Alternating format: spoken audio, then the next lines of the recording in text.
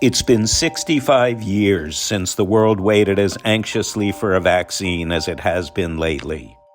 Back then it was polio, which paralyzed and killed tens of thousands of children every summer.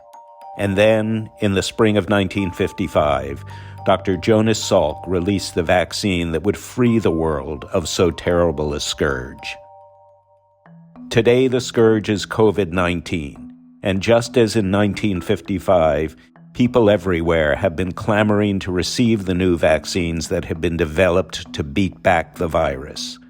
And yet there are differences between the two eras. Ours is a more suspicious time, a more cynical time. When the first vaccine was released, just over 70% of all Americans said they would receive any COVID-19 vaccine when it became available to them. The other 30% would take their chances with a disease that has sickened tens of millions. Why? The anti-vaccine movement, which has long trafficked in misinformation about the imaginary dangers of vaccines, is one reason. In some cases, anti-vaxxers recommend that people deliberately expose themselves to COVID-19, potentially fatally, in order to develop immunity. Then, too, there have been concerns that the new COVID vaccines were rushed into development, that they were insufficiently tested. This despite the assurances of the FDA, the CDC, and the rest of the scientific community that they are safe and effective.